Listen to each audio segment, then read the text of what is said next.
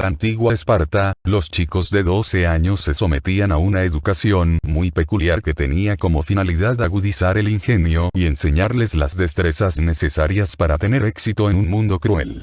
En las colinas que rodean esa militarizada ciudad-estado, se dejaba a los chicos sin comida hasta casi perecer de hambre y luego se les enviaba a la ciudad para que robasen para sobrevivir. Tenían que ser listos y astutos. Si les cogían, se les castigaba severamente, pero no por robar, sino por fracasar. Los espartanos creían que un muchacho que dominase las destrezas de un ladrón prosperaría en la vida. Con eso no aconsejo a nadie que se convierta en ladrón para mejorar, sino que propongo estudiar la naturaleza subyacente de los delincuentes exitosos, y así adquirir conocimientos muy valiosos. Yo empecé a robar a los 12 años. Robé un coche de una carnicería cuando apenas era un adolescente, secuestré mi primer camión al final de mi adolescencia y dirigí mi propia banda de hombres mucho más mayores que yo que pertenecían a la familia criminal Gambino, cuando apenas había cumplido los 20 años. Me acusaron de cometer uno de los atracos más importantes en la historia de Estados Unidos antes de cumplir los 21. Sin tener una educación superior, confié en mis instintos para moverme por el peligroso pero rentable mundo de la mafia, produciendo millones de dólares para mi familia o empresa. En un momento dado, mi vida en la mafia me asignó 3 papeles muy distintos. Era un empleado de la familia Gambino. Era el jefe, o director ejecutivo, de mi propia banda, y era un mando intermedio, recibiendo órdenes de los jefes de la mafia y transmitiéndoselas a los subordinados. Por esa razón, creo que estoy muy cualificado para hablar de las personas de cada nivel de la escala corporativa. Y jamás me cogieron cometiendo un delito, pero la información proporcionada por algunos informantes confidenciales hizo que se llevasen a cabo algunas investigaciones. Después de una próspera carrera, fui arrestado por agentes de la autoridad estatal y agentes federales que reconstruyeron casos en mi contra utilizando a esos informantes. Me enfrentaba a pasar el resto de mi vida en prisión y me pidieron que colaborase acusando a otros mafiosos a cambio de mi libertad. Me negué a hablar de mis amigos y socios, y mis abogados negociaron una sentencia de conformidad después de que el principal chivato que me acusaba fuese expulsado del programa de protección de testigos del gobierno. Fui condenado a 12 años y medio y me enviaron a la penitenciaría de máxima seguridad de Lewisburg, en Pensilvania. En prisión me di cuenta de que matar estaba mal. No hay duda de que la vida es una lucha continua y que no podemos vivir de rodillas, pero no tenía derecho a culpabilizar a nadie, así que decidí cambiar de vida. Cuando estaba en prisión, leí mi primer libro. No fue fácil al principio. Mi vocabulario escaseaba, al igual que mi capacidad de atención y mi habilidad para entender lo que leía. Sin embargo, persistí y descubrí el placer de la lectura. Muy pronto, el suelo de mi celda estaba repleto de pilas de libros, igual que debajo de mi camastro y alrededor de la taza del váter.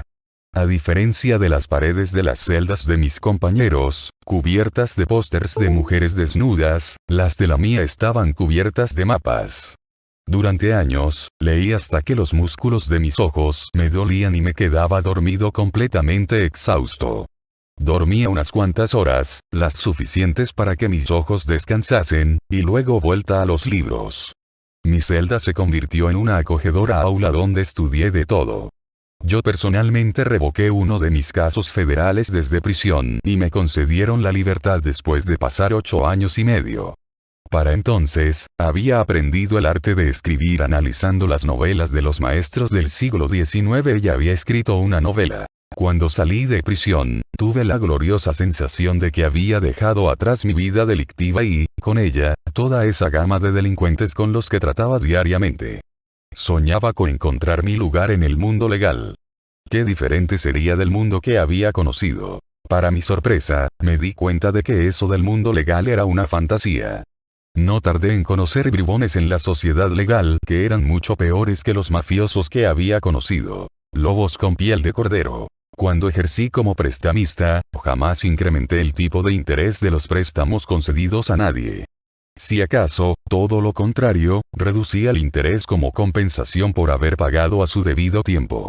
Las empresas de tarjetas de crédito incrementan el interés sin importarles tu historia y, además, lo hacen sin tu consentimiento. ¿Qué sucede con todas esas ocultas comisiones? Están en la letra pequeña, me dijo un representante del servicio de atención al cliente. Usted debería haberla leído. Eso es como si yo, al aumentar los intereses de un préstamo, le hubiera dicho a alguien: cuando te deje el dinero, te susurré eso. Deberías haberlo oído. Las agencias de cobro de deudas telefonean a las casas de las personas y acosan a todo aquel que responde al teléfono. Les da igual si tu madre o tu abuela están a punto de morirse. Me importa un carajo. Páganos. Puedes pensar lo que quieras de la mafia, pero su código prohíbe que los mafiosos se acerquen a la casa de un hombre y, mucho menos, que acosen a su familia. Los bancos embargan las casas y echan a sus ocupantes a la calle. El sheriff local tramita la orden de apremio, cierra las puertas y expulsa a la familia. Apuesto a que cualquier padre que haya pasado por eso preferiría tratar con nosotros. Puede que le rompan un par de huesos, que le pongan un ojo morado, pero por muy grande que sea el trato, conservas tu casa. Seamos sinceros. Los mafiosos son egoístas, interesados, pero lo mismo les sucede a los hombres de negocios. Los mafiosos pueden matar incluso a los suyos, pero a los demás no se les molesta. Los empresarios, los bancos y las agencias de tarjetas de crédito abusan de todo el mundo. Como mafioso, me temían, por eso los buitres preferían mantenerse a distancia.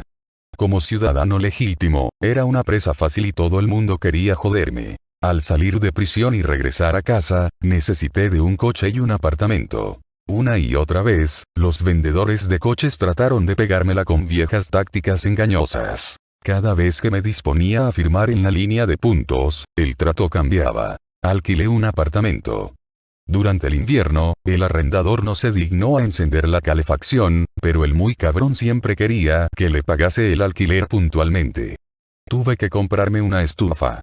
Cuando me marché y le pedí la fianza, se hizo el loco y dijo que no la tenía. Busqué una casa para comprarla.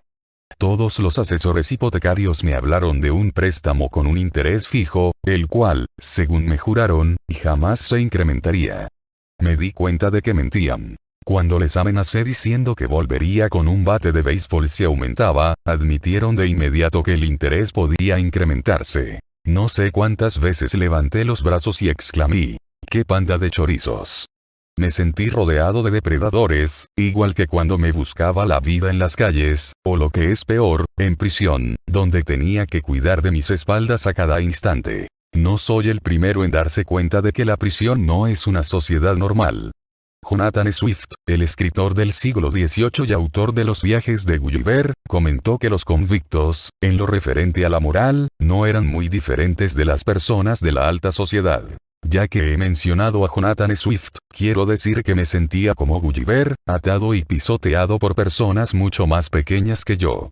Había llegado el momento de levantarse. Decidí dar rienda suelta a ese espíritu agresivo que había desarrollado en la mafia, un mundo en el que primero hay que sobrevivir, antes de lograr el éxito. De repente me di cuenta de que tenía una gran ventaja sobre esas personas tan pequeñas. Las experiencias de mi vida eran la pista de entrenamiento para el éxito. La vida que había llevado, que a menudo lamentaba, fue también la vida que me enseñó a defenderme de los depredadores, olfatear a los fantasmas y ser más astuto que una serpiente. Fue una vida que me enseñó a ser independiente, a pensar a lo grande, a creer en mí mismo. En la mafia aprendí a tomar la iniciativa, a tener nuevas ideas y ponerlas en práctica. Aprendí a comunicarme con las personas. Para satisfacción de ambas partes, organicé tratos entre doctores, abogados, banqueros y agentes de bolsa, hombres con impresionantes credenciales académicas que carecían de la capacidad para hablar abiertamente. Al haber tratado con muchas y variadas personas en mi pasado, me podía codear tanto con la sociedad educada como con la gente de los guetos. Podía pegársela a un gorrón o establecer una alianza con un banquero. Podía hablar con cualquiera. También desarrollé una habilidad especial para superar los obstáculos. A veces los apartaba de mi lado, otras me abría camino entre ellos. La mafia consigue a menudo lo que quiere utilizando a sus matones. Sin embargo, la mayoría de las veces, los mafiosos consiguen esos mismos fines entablando una relación amistosa con alguien, congraciándose con esa persona, pidiendo sencillamente lo que quieren. Después de reconsiderar mi idea de lo que es una sociedad legítima, descubrí que mi nueva camarilla se parecía mucho a la antigua, menos violenta quizá, pero a veces más astuta. Continué practicando los aspectos civiles de la vida mafiosa, enterré el resto y empecé a cosechar éxitos. Los antepasados se habrían sentido orgullosos, pues era muestra contemporánea de la teoría del robo implantada por los espartanos. En este libro continúo utilizando esa tradición ancestral de narrar para transmitir esa sabiduría. Cuando lo considero apropiado, complemento las historias de la mafia con anécdotas históricas para enfatizar que todas las lecciones se pueden aplicar universalmente y que nada cambia bajo el sol. La mafia es la corporación de más larga duración en la historia. Prospera junto con otras empresas durante los buenos tiempos y crece incluso más en los periodos de declive económico. Para la mafia, las épocas de abundancia o de sequía no marcan la diferencia. Las sopas de Al Capone alimentaron a miles de personas todos los días durante la Gran Depresión. ¿Cómo pudo Al producir toda esa sopa? ¿Cómo pudieron Bugsy Siegel y Meyer Lansky visualizar un centro turístico multimillonario llamado Las Vegas cuando sus legítimos contemporáneos tan solo veían una pequeña y empobrecida ciudad desértica? ¿Cómo es posible que, en este momento de profunda incertidumbre económica, esté la mafia prosperando, adquiriendo inmuebles en todo el país mientras millones luchan por no ser embargados? La cuestión es que, a pesar de la muy merecida reputación de violencia que tiene la mafia, sus miembros más exitosos siempre han sido empresarios sumamente astutos que han aportado una imagen poco común de visión para los negocios, e incluso una serie de sólidos valores, nacidos de sus orígenes. Esas personas podrían haber logrado el éxito en cualquier campo que hubiesen escogido y, de hecho, muchos de ellos hicieron su fortuna en negocios muy diferentes al crimen organizado. Aplicaron su sabiduría popular a los negocios legales y ganaron millones con ello. Acostumbrados a la lucha diaria por la supremacía, los mafiosos están muy preparados para triunfar en cualquier esfera y bajo cualquier circunstancia. Los mafiosos que se han introducido exitosamente en el mundo legal lo han hecho conteniendo su carácter agresivo, controlándolo para que las personas no teman hacer negocios con ellos. Las típicas tácticas de acoso las han suplantado con una firmeza estricta combinada con una persuasión carismática. En pocas palabras, han enterrado las pistolas y las espadas para revestirse de otros rasgos darwinianos. Algunos mafiosos que he conocido se han introducido en el mundo legal, pero han tardado bastante en cambiar sus hábitos mafiosos. Al principio, acosaban y amedrentaban a sus competidores, obligándoles a hacer negocios con ellos o con otras personas. Es difícil librarse de las viejas costumbres. Sin embargo, incluso para ese tipo de personas, el éxito legítimo les hace inevitablemente renegar de la conducta criminal. ¿Por qué arriesgarse a ser encarcelado cuando hay tanto dinero al alcance de la mano? ¿Por qué comportarse como un matón si no hay necesidad de ello? ¿De qué sirve construir un imperio y destruirlo con el fraude? Muchos creen que, aunque un mafioso se contenga en utilizar la coacción en el mundo empresarial, la amenaza está implícita a causa de sus antecedentes. Por esa razón, no tiene que esforzarse demasiado para poder introducirse en un determinado campo, conseguir un contrato o negociar un enlace matrimonial. Es cierto que algunos mafiosos se aprovechan de los beneficios que les reporta su reputación, pero también hay otros que hacen todo lo posible para ocultar sus credenciales submundistas. Durante 20 años, ninguna persona de mi barrio de Flushing, en Queens, sabía que el supermercado local Key Food era propiedad de uno de los principales capos de la mafia hasta que los periódicos publicaron la noticia. De hecho, el capo Gambino Patsy Conte era dueño de varios supermercados y formaba parte de la junta de directores de la cadena de supermercados Key Food. Conte jamás dijo, "Más te vale que me compres a mí".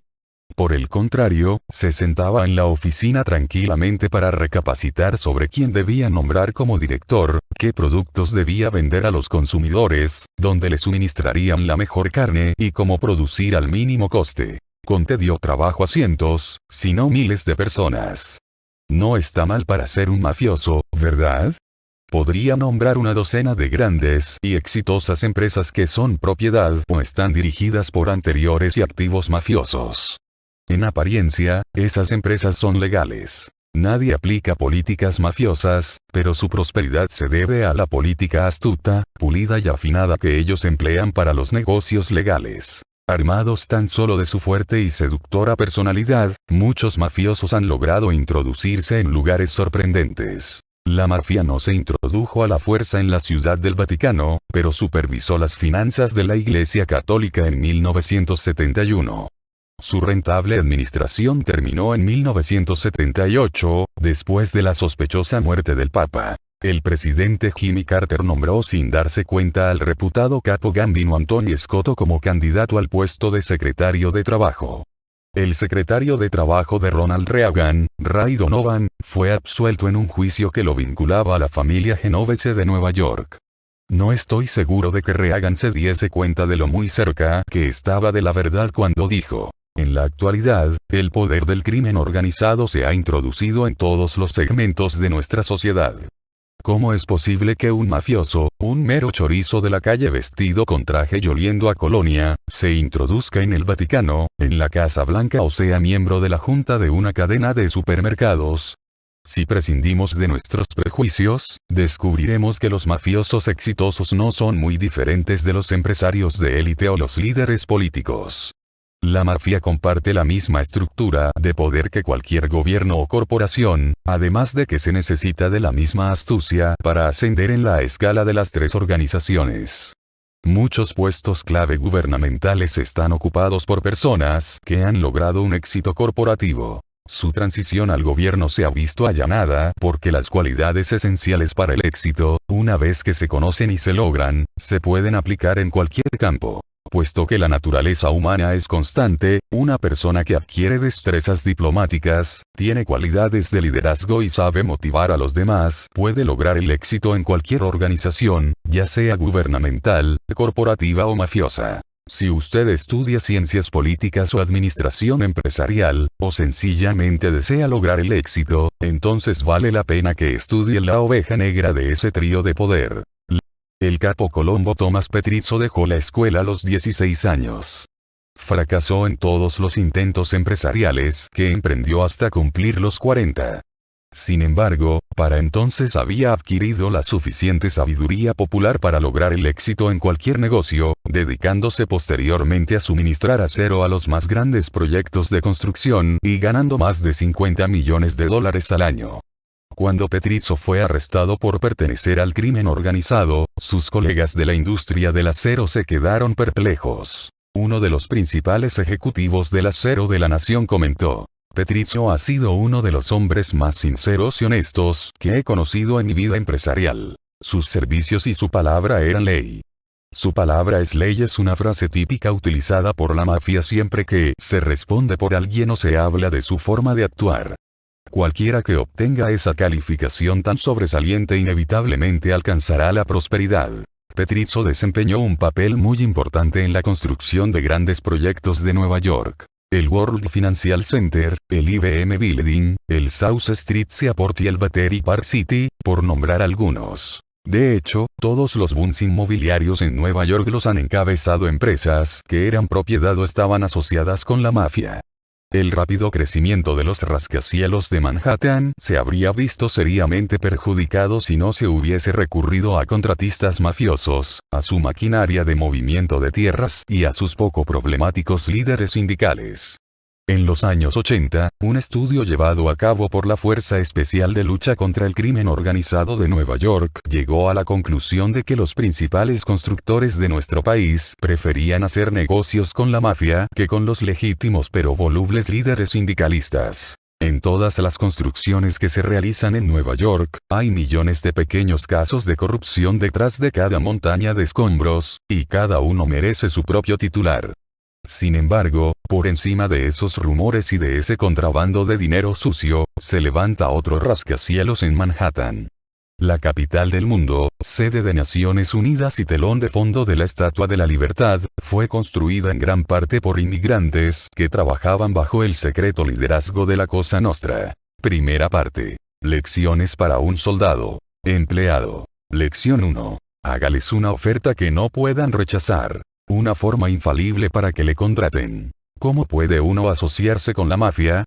Primero, debe estar interesado, como cualquier otro empleado potencial que desee conseguir un trabajo. En Nueva York, resulta de gran ayuda si alguien de su familia cercana pertenece a algunas de las 5 familias principales del crimen organizado, como su padre o su tío. De ser así, tiene muchas probabilidades de terminar formando parte de esa familia en particular. Si su familia más cercana no tiene vínculos con la mafia, como le sucedía a la mía, entonces usted es un pirata, un don nadie o una persona que actúa por su cuenta. La mafia dispone de cazatalentos en todos sitios, al igual que las corporaciones. Si eres un buscavidas con buena reputación, un mafioso de cualquiera de las 5 familias dará contigo. Cuando te descubra, el mafioso te hará una oferta, pero la oferta tiene beneficios mutuos. El mafioso consigue una nueva fuente de ingresos y al buscavidas se le otorga el poder colectivo de la familia, consiguiendo de esa forma el potencial de ganar más que cuando trabajaba independientemente. A diferencia del mundo corporativo, una vez que te contratan, no obtienes una paga semanal, ni beneficios médicos, ni vacaciones pagadas, ni días de baja por enfermedad. Lo que consigues es basura, tan solo una menudencia de lo que ganas. ¿Qué jefe no contrataría a un trabajador que solo espera obtener un porcentaje de lo que él o ella gana? Dígale a cualquier empresario potencial que no quiere un sueldo, que no quiere nada, solo una pequeña parte de sus ganancias, y verá cómo no tiene que someterse a tantas entrevistas de trabajo. Es posible que algunas empresas líderes rechacen su oferta si son demasiado selectivas, pero una empresa ambiciosa seguro que no. Si cree que ese método mafioso de contratación no se aplica en el mundo corporativo, está muy equivocado. En cierta ocasión representé a un señor rico de Wall Street en una demanda.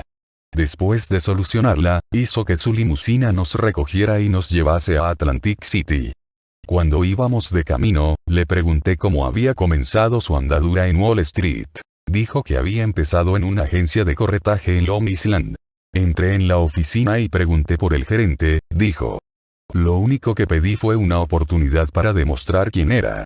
No quería un salario, tan solo un mes en una oficina con una mesa y un teléfono. El gerente se quedó sorprendido por su descaro y le respondió que comenzase haciendo llamadas telefónicas no solicitadas porque aún no se había presentado al examen oficial que le permitía obtener las cualificaciones necesarias para ser un agente de bolsa. Aquel primer mes, sus gestiones generaron más de $10,000 en comisiones de corretaje para la empresa. Antes de terminar su primer año, había aprobado el examen de corredor de bolsa y se había convertido en la principal fuente de ingresos de la empresa. Era una persona que transmitía seguridad y el gerente que lo contrató vio que esa seguridad en sí mismo se traducía en beneficios. Me eché a reír y le dije.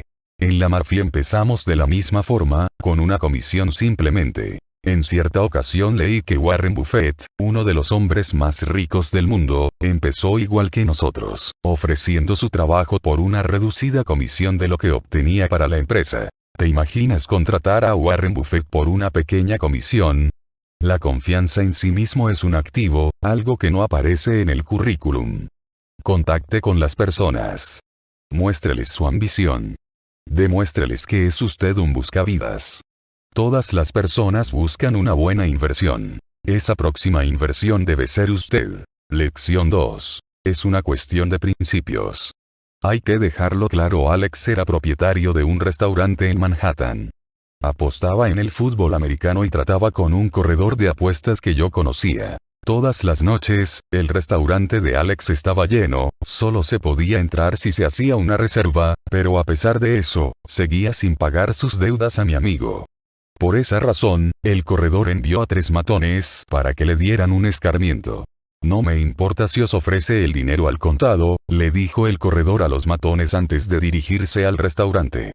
Ya es tarde. Ahora es una cuestión de principios. Alex intentó arreglar las cuentas con los 3 matones nada más verlos entrar, justo antes de la hora de cierre. Sin embargo, siguiendo las órdenes de mi amigo, los matones se negaron a coger el dinero y destrozaron el local. Alex pagó sus deudas posteriormente. Yo le pregunté a mi amigo por qué no había aceptado el dinero la noche que Alex se lo ofreció. Me respondió que, con cientos de deudores, era sumamente importante tener la reputación de un hombre de negocios con principios. Si un banco no se quedase con tu coche, me respondió, ¿quién pagaría las letras? La mayoría de nosotros adoptamos la actitud de coge el dinero y corre. ¿Cuántos estaríamos dispuestos a seguir los principios y aceptar una pérdida a corto plazo para cosechar beneficios a largo plazo? Don Salvatore Maranzano fue uno de los primeros jefes de la mafia americana. Estudió el Imperio Romano y estructuró su familia de delincuentes siguiendo las pautas de las antiguas legiones romanas, con capos, o capitanes, que asumían el papel de legados, hombres que dirigían una legión de soldados. Él llegó incluso a emular a Julio César, nombrándose emperador ante sus capitanes. Irónicamente, Maranzano fue asesinado por sus hombres, al igual que su modelo, César. Sin embargo, mientras estuvo en el poder, Maranzano mantuvo firmes sus principios, al igual que César. Julio César se hizo con el poder de Roma después de una sangrienta guerra civil contra su enemigo Pompeyo. Tras de perder la guerra, Pompeyo buscó refugio en Egipto, pero cuando llegó fue cruelmente asesinado. Los asesinos le llevaron su cabeza a César y se la presentaron como obsequio. Quizá crea que César se sintió halagado porque unos extranjeros llegaron hasta tal extremo para complacerle, presentándole la cabeza de su enemigo, pero no fue así. Por el contrario, condenó a muerte a los asesinos de Pompeyo. Para César era una cuestión de principios. Aunque Pompeyo era su enemigo más acérrimo, seguía siendo un ciudadano romano y nadie tenía derecho a arrebatar la vida de un ciudadano romano salvo el gobierno de Roma. Es decir, César. Si él hubiese perdonado la muerte de un ciudadano romano, ¿cómo habría terminado? La mafia, al igual que César, venga la muerte no consentida de uno de sus miembros, aunque sea una persona muy odiada y la tenga bien merecida. Por esa razón, muy pocos son los que han sido asesinados sin el permiso del jefe. La mafia defenderá sus principios, cuando son prácticos, si eso reporta un beneficio a largo plazo, y por simple supervivencia. Lección 3. ¿Por qué son tan viejos los mafiosos que aparecen en los periódicos? Haga lo que le gusta y no trabajará ni un solo día en su vida. No existe un sabelotodo de oficina. Todos esos mafiosos que aparecen fotografiados en los periódicos podrían haberse retirado muchos años antes de que se publicasen todas esas engorrosas fotos de sus fichas policíacas, pero amaban lo que hacían y no podían parar. El jefe de Luisiana, Carlos Marcello, y el jefe de Chicago, Antonio Accardo, tenían millones de dólares guardados, suficientes para vivir bien 100 vidas, pero a pesar de tener más de 80 años, aún se ocupaban de sus negocios. El jefe de la familia Bonanno, Joe Massino, era multimillonario. Mientras se ocultaba en Pensilvania, entró en una farmacia y robó un frasco de aspirinas. Esa pequeña travesura condujo a su arresto, provocándole un dolor de cabeza mucho mayor que el que pueda remediarse con una aspirina. ¿Por qué un hombre que tiene millones y al que se le entregan diariamente bolsas repletas de dinero en efectivo roba un mísero frasco de aspirinas? Eso fue lo que hizo Joe. Y lo hizo porque le encantaba. Sammy Gravano, el toro, valía más de 10.000. Aunque asesinó a más personas de las que yo pudiera invitar a una boda, el gobierno le dejó salirse con la suya y mantener el grueso de su sucia fortuna a cambio de informar sobre sus socios. Gravano fue considerado un héroe americano por los jueces, los fiscales y los agentes de la ley, los cuales recibieron un pequeño empujoncito en sus respectivas carreras después de que él les ayudase a condenar a otros mafiosos. Luego, cuando se le otorgó una segunda oportunidad concediéndole la libertad, Gravano estableció una red internacional de narcotráfico, avergonzando a todo aquel que lo había calificado de héroe. Gravano traicionó a todos sus viejos amigos. Cuesta trabajo que sus nuevos amigos en el gobierno no esperasen tal cosa de él, pues amaba lo que hacía, llevar una vida delictiva, y regresó a ella en cuanto pudo. Antoni Caso, alias Gaspipe, provocó una reyerta en la familia Lucchese que casi termina en una guerra civil. Durante la refriega, se le pidió a un matón al que denominaré Jaque que fuese a ver a Gaspipe. Jaque estaba casi seguro de que Gaspipe planeaba asesinarle y así me lo dijo. ¿Por qué vas si crees que te van a matar? Le pregunté. Jaque me miró incrédulo. Me encanta esta vida, respondió. Vale la pena morir por ella. ¿Puede usted imaginar que le guste tanto su trabajo? A muchas personas de muy diferentes campos les sucede algo similar. Don Vincent Gigante, el mentón, amaba tanto su trabajo que dejaba que sus capos se quedasen con gran parte de sus beneficios familiares. Se irritaba con otros jefes siempre que organizaban una reunión de alto nivel para hablar de dinero. Gigante creía que los jefes de las familias debían reunirse para mantener la paz, dictar la política o establecer las normas, pero no para contar dólares. En lo que a mí respecta, me encantaba ser un mafioso, pues me hacía sentir completamente pleno. En la actualidad, me gusta aún más ser escritor, pues es un trabajo en el que puedo leer y escribir a todas horas. Si me obligan a hacer algo que no me gusta, me convierto en un puñetero holgazán. Si usted se ve trabajando voluntariamente a altas horas de la noche sin que nadie le pague, entonces es que ha encontrado algo que le gusta hacer. Hasta que no sea así, siga buscando. No todo el mundo disfruta del placer de hacer lo que le gusta. Hay muchos trabajos aburridos en este mundo, pero las personas que los desempeñan no leerán este libro. Pocas personas son tan afortunadas para conectar lo que hacen con lo que les gusta. No desista y será una de esas personas. Lección 4. Esconda su arma y ayude al anciano a cruzar la calle. Valores familiares. Era una tarde soleada. 4 hombres, entre ellos yo, estábamos sentados en un coche con armas automáticas. Vigilábamos al otro lado de la calle una empresa de transportes, esperando que un camión saliese de los almacenes y pudiésemos secuestrarlo a pocas manzanas de allí. De repente, vimos a un anciano en la acera de enfrente, cruzando en nuestra dirección. No podía caminar muy deprisa y el tráfico se lo impedía en ambas direcciones. Debió de marearse porque las piernas le fallaron y cayó al suelo. Los 4 que estábamos en el coche soltamos las armas, salimos del coche y nos dirigimos a toda prisa hacia donde estaba, haciendo señales a los coches que se aproximaban. Cogimos al hombre y lo llevamos hasta la acera, donde se recuperó. Transcurridos unos minutos, le ayudamos a ponerse en pie y siguió su camino. Para entonces, un pequeño grupo de personas nos rodeaba. Al ver que los testigos potenciales podían reconocernos, decidimos abandonar el atraco. Regresamos al coche y nos fuimos a comer. Maldecimos lo inoportuno que había sido el anciano, pero ninguno se arrepintió de lo que había hecho. Ya tendríamos la oportunidad de asaltar otros camiones, pero aquel pobre anciano solo tenía una vida. Con eso no quiero decir que fuésemos unos ángeles, quizá ángeles caídos, ya que estábamos a punto de encañonarle a alguien en la cabeza. Sin embargo, por muy malos que fuésemos, tanto en nuestra casa como en la mafia, nos habían enseñado a respetar a las personas mayores. Por esa razón, los 4 hicimos lo que teníamos que hacer: olvidarnos de un botín de $1 millón con tal de ayudar a un anciano. Aquel día, todos a los que les contamos lo sucedido, bromearon y se rieron, pero estuvieron de acuerdo con nuestra forma de actuar. A pesar de su enorme brutalidad, la mafia tiene sus valores.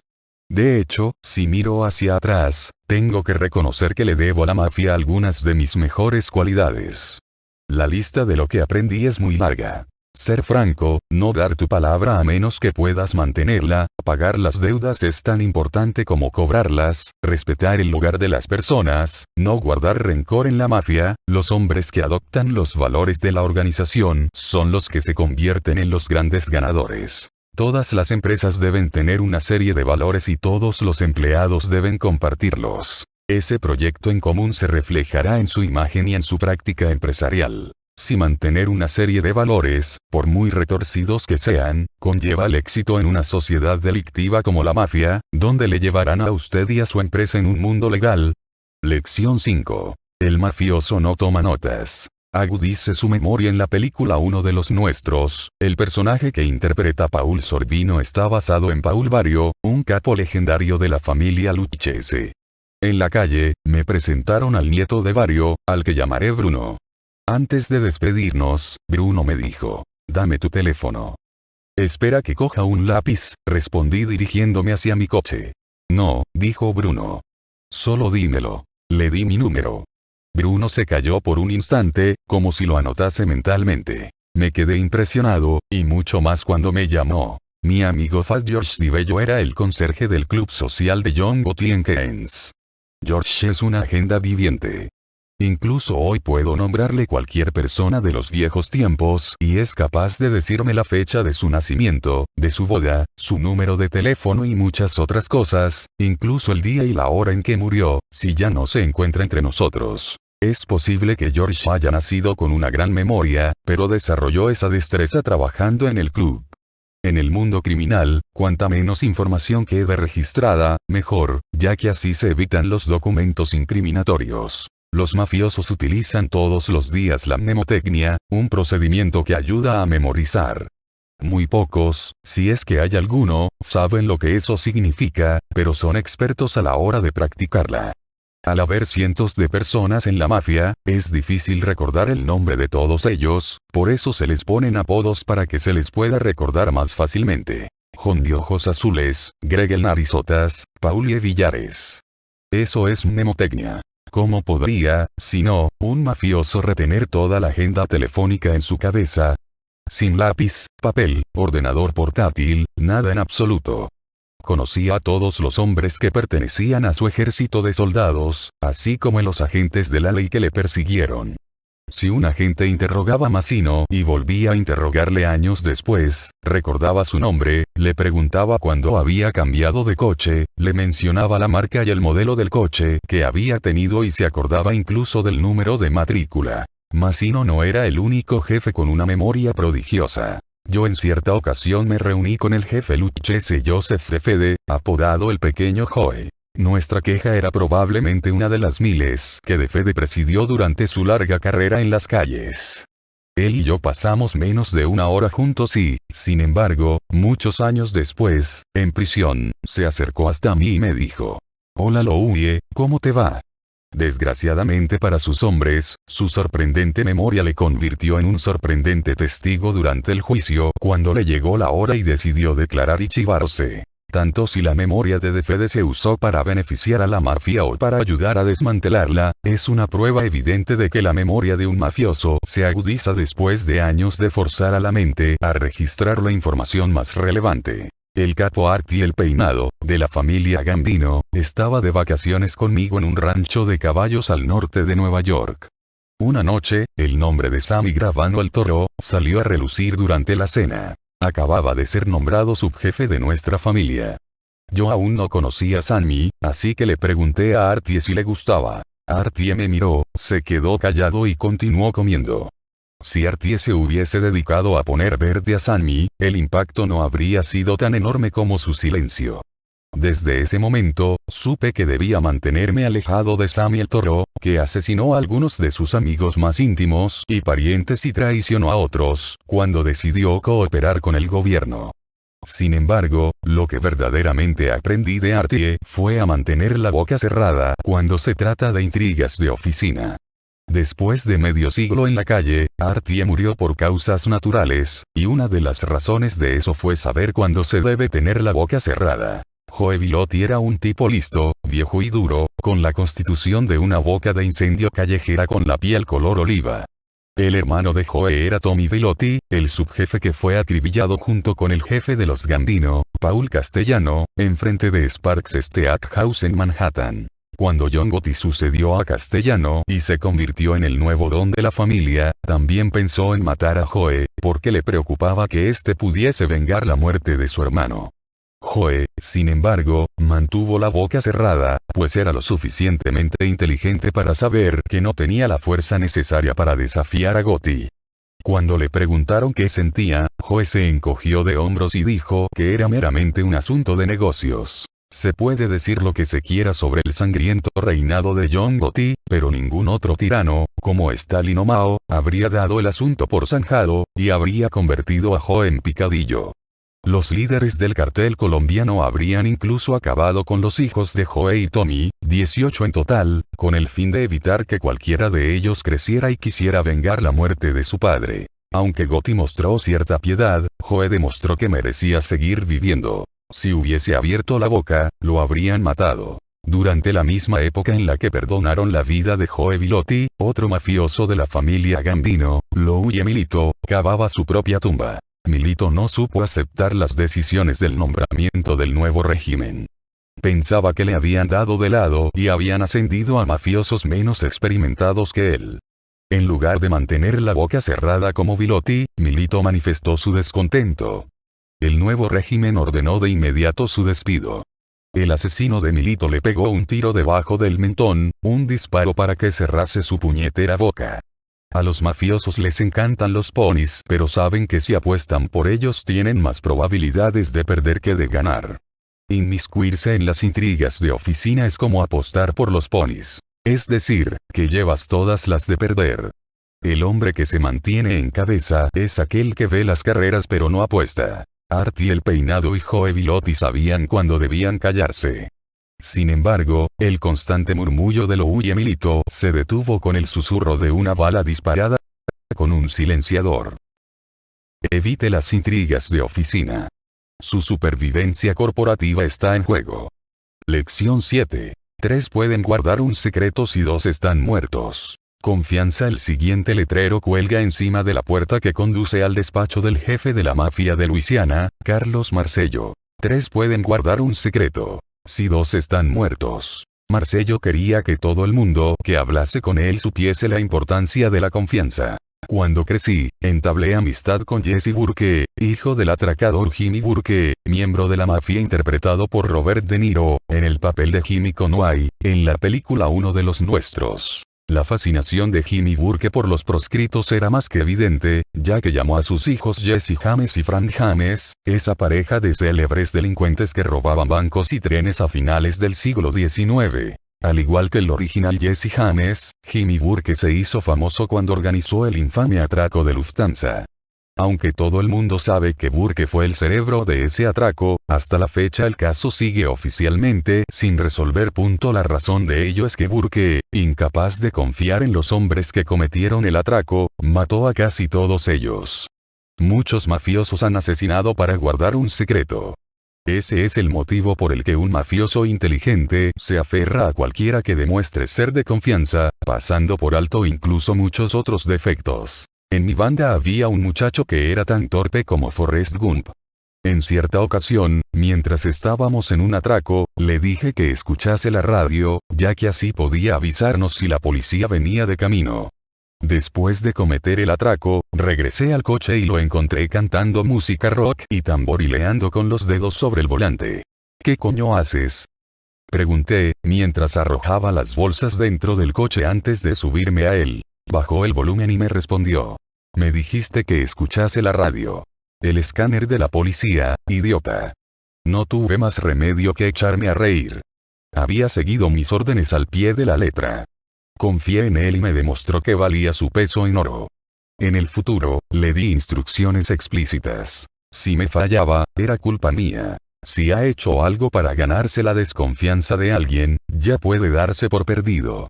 Si espera que confíen en usted en el futuro y puede demostrar con el tiempo que la merece, una disculpa no hace daño a nadie. Si usted es una persona digna de confianza, debe darse cuenta de que es un bien que escasea.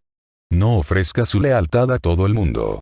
La empresa o la persona equivocada le utilizarán y abusarán de usted. Muchos mafiosos juraron lealtad a Sammy Gravano, el Toro.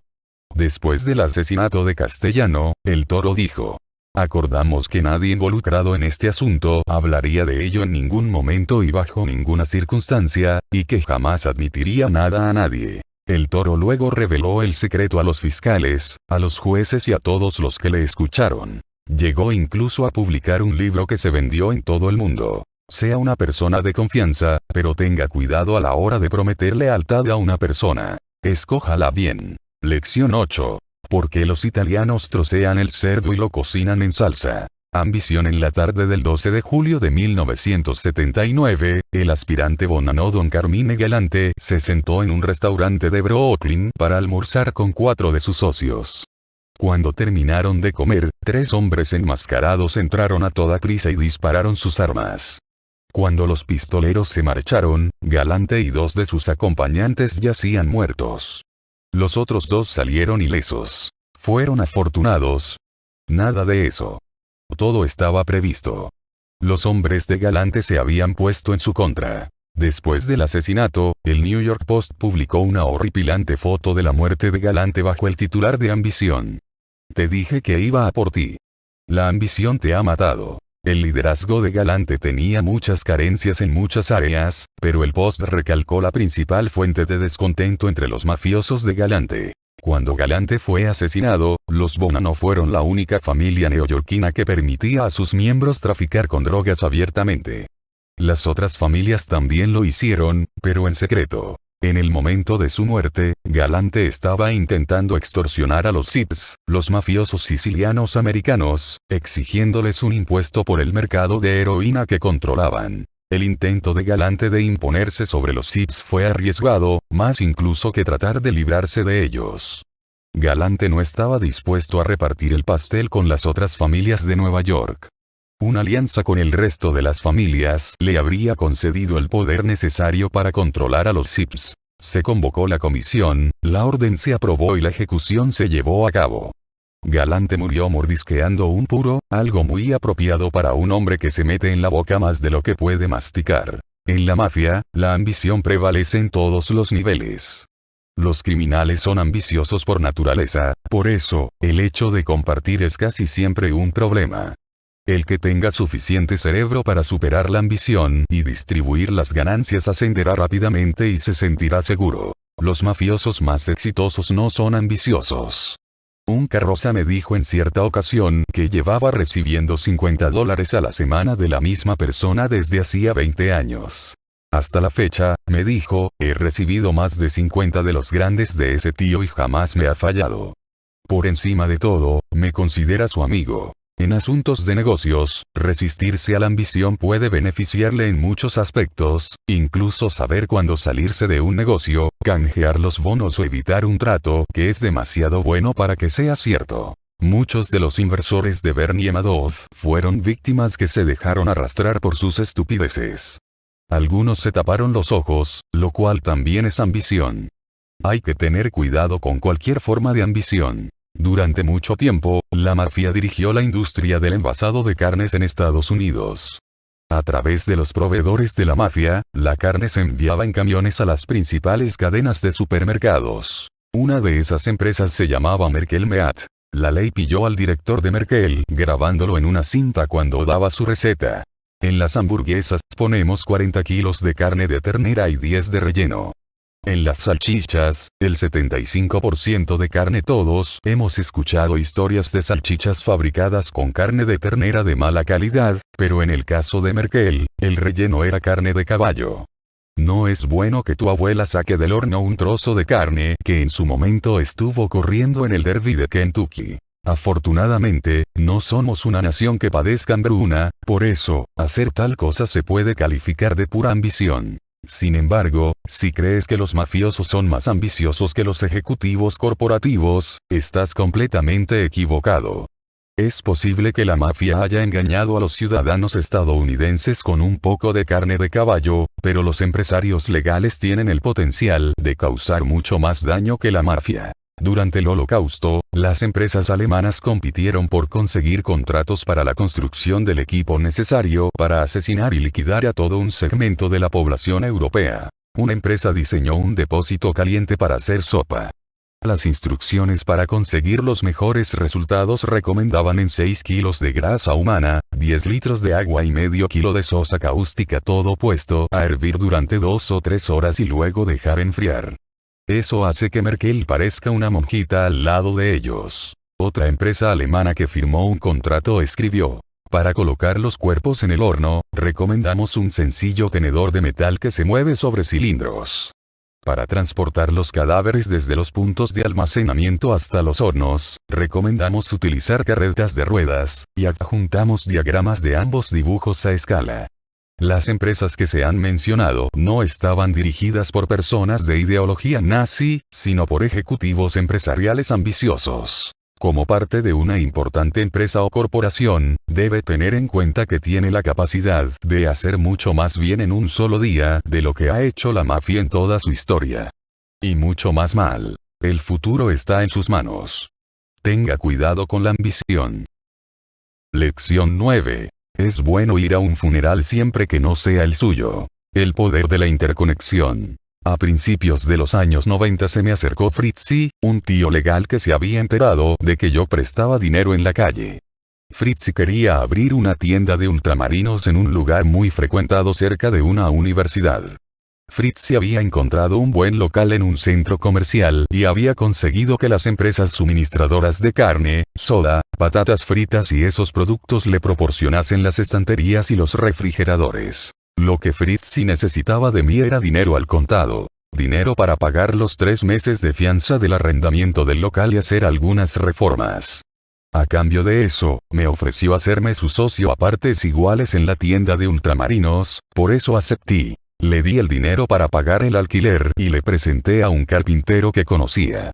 El carpintero era un ladrón a media jornada que robaba el material de las fábricas, por eso solo cobraba por su trabajo. Fritzi le pagó el alquiler al dueño y empezó las reformas. Mientras se hacían las reformas, me pasé por el local para visitar al carpintero. Me dijo que Fritzi era un negrero, y añadió que, si no fuese por mí, ya le habría roto la cabeza con la punta del martillo. Le dije al carpintero que hablaría con Fritzi. Antes de salir de la tienda de ultramarinos, me preguntó si el sótano entraba en el contrato de arrendamiento. Pensé que sí y eso le dije. Es un lugar muy bueno para poner un casino, me dijo. Tiene una entrada trasera con un aparcamiento. Le eché un vistazo al sótano. Era un lugar amplio, con los techos altos, y solo necesitaba de una mano de pintura, algunos trabajos de carpintería y un deshumidificador.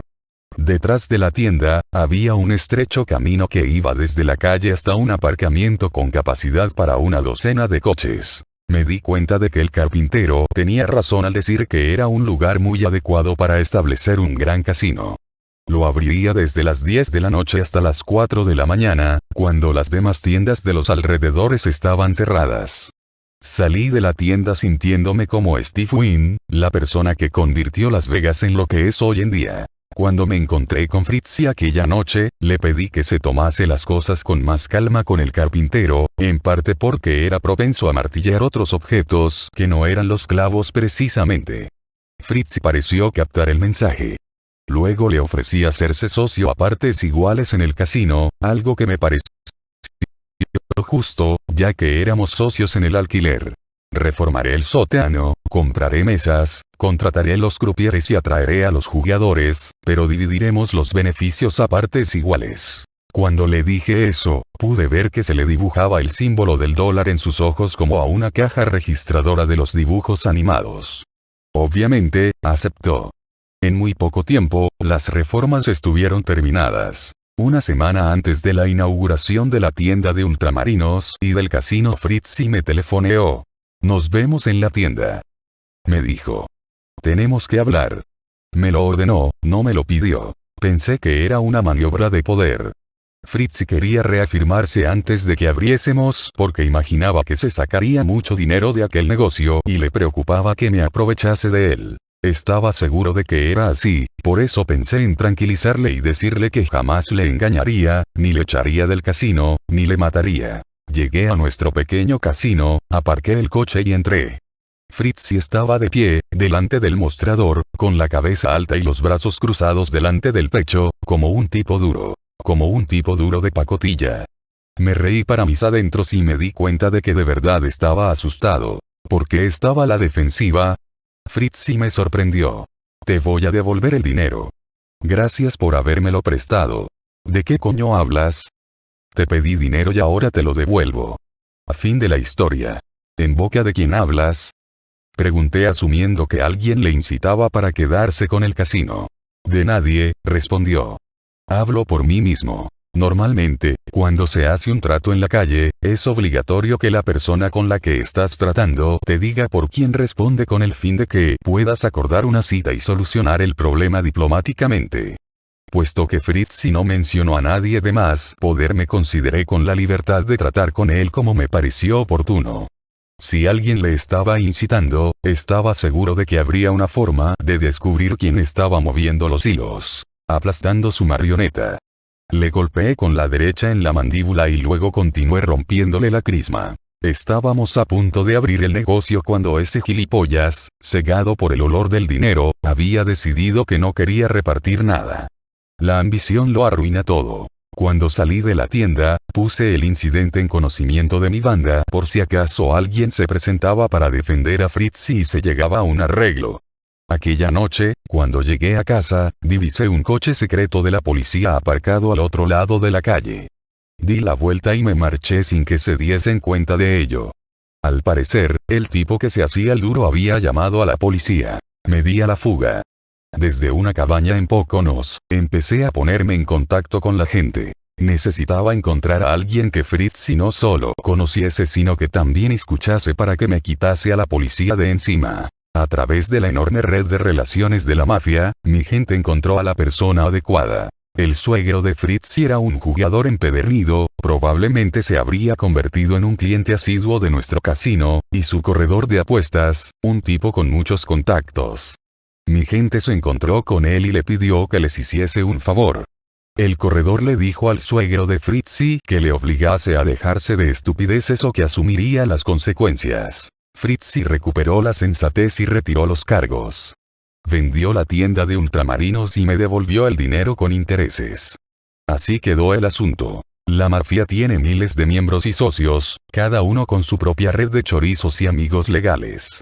Todos los días utilizaba la extensa red de la mafia para ganar dinero y, en ocasiones, como por ejemplo la que acabamos de ver, para salvar el pellejo. La mafia era una comunidad mispase mucho antes de que las redes sociales se extendiesen por internet, pero hasta la red más impresionante de la mafia es una menudencia comparada con Facebook y Twitter.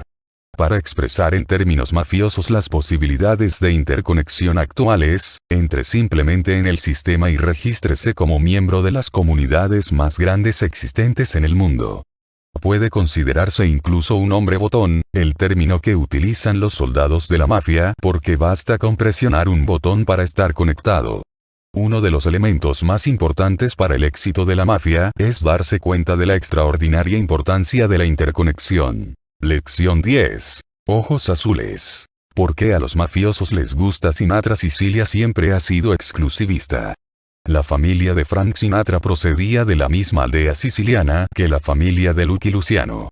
Eso convirtió a Frank automáticamente en uno de los suyos. Luciano organizó muchos conciertos musicales para Frank, y el control que ejercía la mafia de los clubes nocturnos, máquinas de música y la distribución musical también ayudó a Frank en los inicios de su carrera musical. En 1947, cuando la mafia celebró una conferencia en La Habana, en Cuba, escogieron a Frank como escaparate para las relaciones públicas. Cuando posteriormente el FBI interrogó a Frank sobre la conferencia, él supo mantener la boca cerrada. Demostrar que era un tipo de confianza lo calificó aún más como un colega a ojos de la mafia. En pocas palabras, a los mafiosos les encantaba Frank. En la actualidad Frank está muerto, pero la historia de amor perdura. En parte porque los mafiosos están orgullosos del origen italiano de Frank, ya que realza su orgullo. Sin embargo, lo más importante es que la tristeza de sus canciones les conmueve.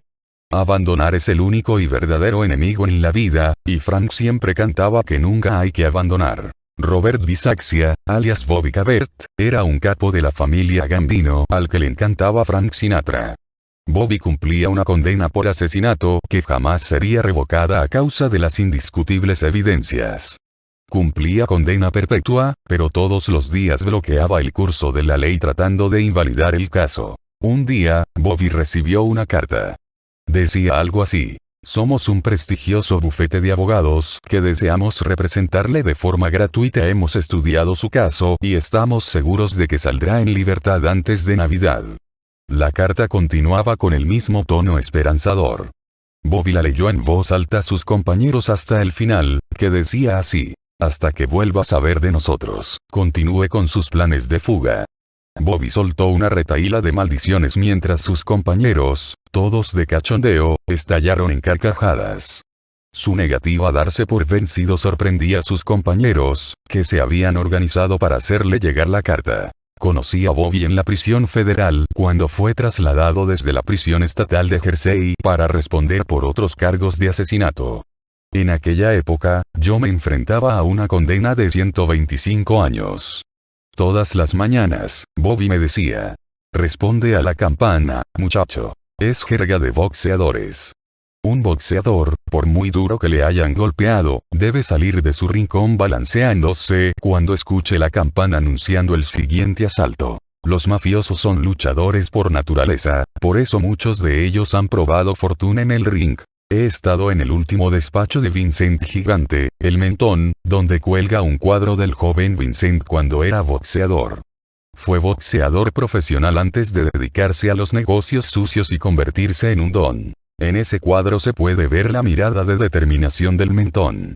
Voy a convertirme en alguien, parece estar diciendo. Tony Evoli, Anthony Delasco, alias Jamón, y Jack McBurn, alias Ametralladora, también fueron mafiosos que, al igual que Gigante, probaron fortuna en el boxeo antes de meterse en la mafia. Un viejo amigo al que llamaré Eddie también ha estado vinculado a la mafia durante toda su carrera.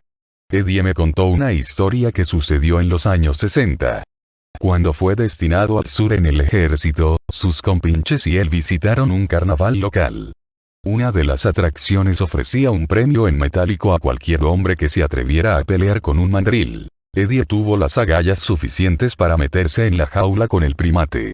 Se rió cuando vio que la puerta de la jaula se cerraba, ya que el animal solo pesaba 40 y tantos kilos y pensó que ganar el premio sería pan comido. No se dio cuenta de la fuerza sobrehumana del mandril hasta que el animal se lanzó sobre él e intentó montarle por detrás. Con el rostro pegado a los barrotes de la jaula, Eddie les rogó a sus amigos que disparasen al animal. Afortunadamente para Eddie, el domador pudo separar al mandril antes de que perdiese la virginidad. Eddie salió de la jaula y del ejército. Continuó combatiendo y llegó a convertirse en un héroe local. Fuera y dentro del ring, Eddie tuvo que enfrentarse a más contratiempos que nadie, pero continuó luchando. Mi vida en las calles también me condicionó para superar el fracaso. El dinero fácil no siempre era tan fácil. Abrí 3 cajas fuertes antes de encontrar una que contenía dinero. Secuestré camiones vacíos, los dejaba en la cuneta de la carretera, pero al día siguiente volví a secuestrar otro. Posteriormente organicé atracos de mayor envergadura, pero al final acabé en prisión. No hay lugar en el mundo que pueda hacerte sentir más fracasado que la celda de una prisión. Pero estaba decidido a no abandonar. ¿Cómo se puede sacar partido de la cárcel? En prisión, cogí mi primer libro y pronto estuve leyendo 20 horas al día. Por mí mismo aprendí el arte de escribir estudiando la forma de narrar de otros autores. Convertí la prisión, ese culo del mundo, en mi universidad porque cada mañana respondía a la campana, como me había enseñado Bobby. Y jamás me di por vencido, como cantaba Sinatra. Por ese motivo, a los mafiosos les gusta Sinatra. Él canta desde el corazón, un corazón que jamás abandona. Lección 11. Convertir la basura en oro. Olfatear la oportunidad. En los años 30, después de una serie de detenciones del crimen organizado, el fiscal de Nueva York, Thomas Dewey, afirmó que la mafia estaba acabada. Se equivocó. La mafia estaba viva y coleando, pero Dewey pensaba que tal afirmación le ayudaría a ocupar el despacho oval. También se equivocó. En los años 90, después de condenar a los jefes de las familias del crimen organizado en Nueva York, el fiscal Rudolph Giuliani también afirmó que la mafia estaba acabada. Al igual que Dewey, Giuliani se equivocó. La mafia estaba viva y coleando, pero Giuliani pensó que esa afirmación le ayudaría a ocupar el despacho oval. Al igual que Dewey, en esto también se equivocó. Para convertirse en presidente de Estados Unidos, un político debe convencer a los votantes de que les concederá lo que desean.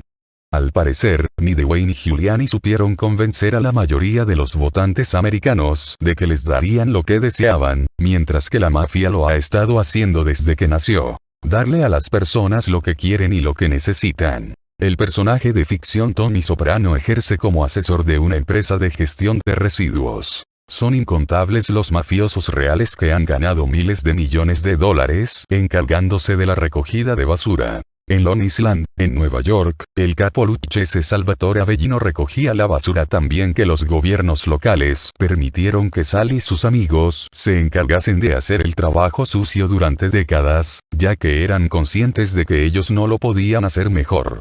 Cuando los federales arrestaron a Avellino, había recogido tanta basura como para rellenar el cráter Barringer en Arizona. Sir Isaac Newton, el gran científico británico que descubrió la gravedad, perdió mucho tiempo tratando de convertir metales nobles en oro, una práctica que denominó alquimia. Aunque la alquimia no funcionó, la mafia rinde homenaje a Newton todos los días transformando la basura en oro. Tanto la mafia como Newton pueden corroborarle que no es necesario que una manzana le caiga en la cabeza para tener una buena idea. En la ciudad de Nueva York, durante los años 70 y 80, muchas familias minoritarias y ciudadanos de la tercera edad no podían permitirse el lujo de vivir en su propia casa y sobrevivieron gracias a la compasión de los dueños de las barriadas pobres. Hombres con conocidos vínculos con la mafia crearon una corporación que construía casas y restauraban apartamentos a un precio asequible para ellos.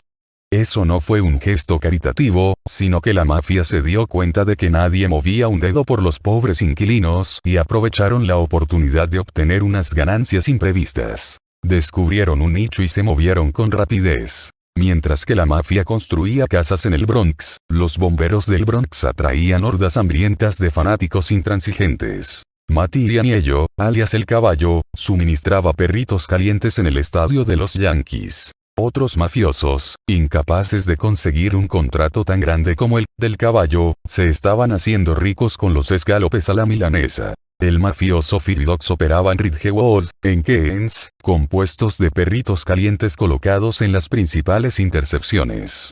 Si observa cualquiera de sus puestos durante un rato, verá un Cadillac negro plantado en la acera, bajarse una ventanilla tintada y una mano coger un sobre. La mano pertenece a Firidox. Saco más dinero con estos puestos que de prestamista, me dijo Fiji. A todo el mundo le gustan los perritos calientes. En un momento en que los permisos para vender en la calle resultaban difíciles de conseguir, Fiji sobornó a los veteranos discapacitados americanos que recibían un trato preferente para conseguir las licencias. Tenía un asesino dispuesto a robar perritos calientes, y sus paquetes de ketchup llevaban la etiqueta de Burger King. De acuerdo, Fiji mantuvo los gastos al mínimo, pero podría haberlo transformado en un negocio legal y aún así hacer una pequeña fortuna. Ridgewood era un barrio de trabajadores y Fiji tuvo la astucia de encontrar la forma de sacar beneficios a costa de un almuerzo por $1.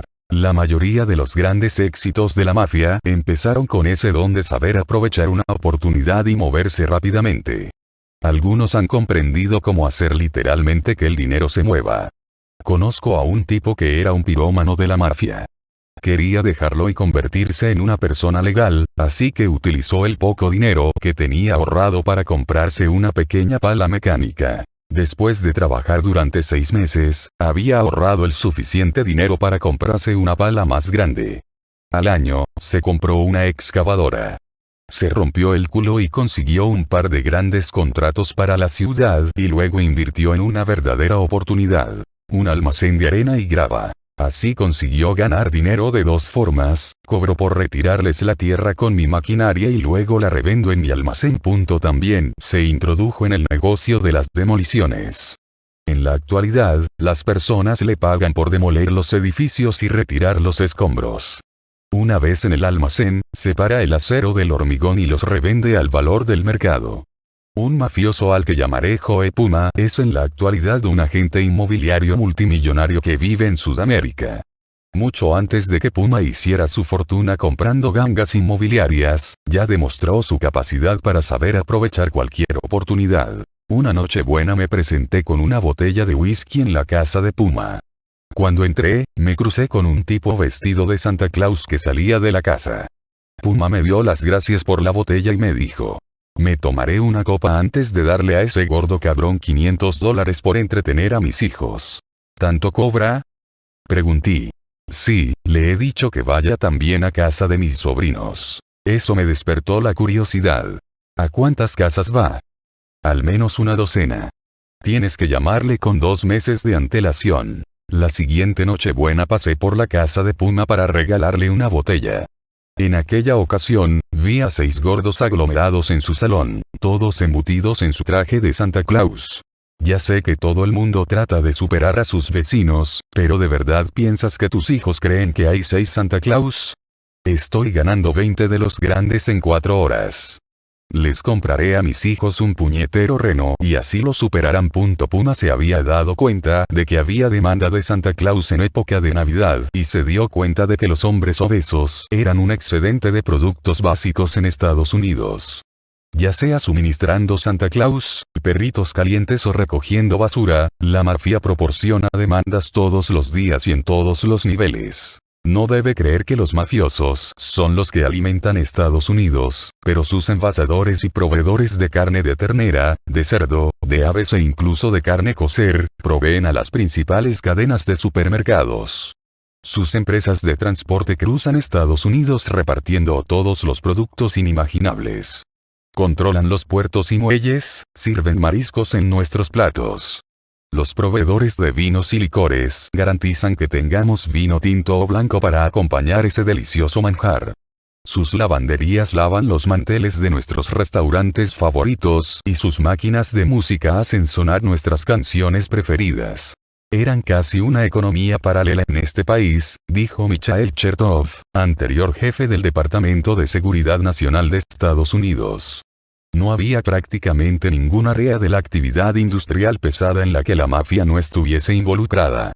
Controlaban la construcción, la recogida de basura y residuos, los entretenimientos, los sindicatos hoteleros, controlaban los muelles de la costa este. Estaban involucrados en los casinos de Las Vegas. Los hombres de la mafia responsables de esa economía paralela no son merecedores de la gran pantalla. Los mafiosos con mentalidad empresarial no son lo suficientemente atrevidos como para acaparar nuestra atención durante una película de 2 horas.